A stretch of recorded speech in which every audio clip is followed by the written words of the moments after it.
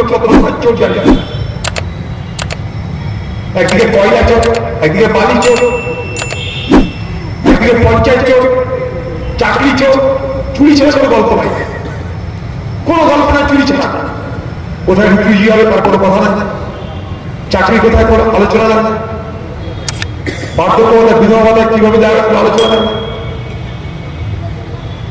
কংগ্রেস তার সিদ্ধান্ত নিয়েছে এখানে যেমন লক্ষ্মীর ভান্ডার দেওয়া হয়, আগে ছিল 500, এখন তো হয়েছে 1000। 1000 তো দেয়, তার বদলে কি কিনা সে কথা তো বলে না আপনাদেরকে। বিদ্যুতের বিলটা টাকা এবং বিদ্যুৎ ইলেকট্রিকের খরচা বেড়ে যাচ্ছে হু করে, সারের দাম, বীজের দাম, জিনিসের দাম, তেলের দাম, পেট্রোলের দাম সবকিছু বেড়ে যাচ্ছে হু করে। কেন বাড়ছে? সেখান থেকে রোজগার করে তারা তাদের রাজস্ব বাড়াচ্ছে, আর সেখান থেকে একটা অংশ লক্ষ্মীর ভান্ডারের নামে মানুষকে, বিশেষ করে মহিলা সমাজকে হরিত করার ব্যবস্থা করছে। ইঁদুরের কলে ইঁদুর ধরার জন্য কিছু কিছু চার দিতে হয়, মাছ ধরার জন্য চার দিতে হয়, তেমনি করে দিদি লক্ষ্মীর ভান্ডার চার দিয়ে বাংলার মহিলাদেরকে সেখানটা কবজা করতে চাইছে। কেন? তাদের ঘরের পুরুষদের কাজ দাও না কেন? তাদের ঘরের পুরুষরা বাইরের রাজ্যে চলে যায় কেন? তাদের ঘরের পুরুষরা অন্য দেশে চলে যাচ্ছে কেন? রোজগারের জন্য কেন?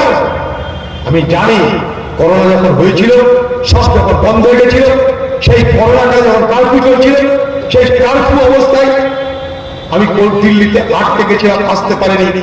সেই সময় হাজার হাজার মুর্শিদাবাদ, মালদার পরিযায়ী শ্রমিকরা আমার কাছে ফোন করতো, সাহায্যের দাবি করতো, কেউ কাঁদতো, কেউ দুঃখ প্রকাশ করতো। তাদের জন্য আমি কমসে কম আহার থাকার ব্যবস্থা করে দিয়েছিলাম। হ্যাঁ, খোঁজ নিয়ে দেখবে। সেদিন আমি মমতা ব্যানার্জিকে বলেছিলাম আমার রাজ্যের পরিযায়ী শ্রমিকদের জন্য একটা ভালো করে মন্ত্রিত্ব খোলো, তাদের খোঁজ খবর কেউ রাখে না, তাদের ভালো মন্দ নিয়ে কেউ ভাবে না।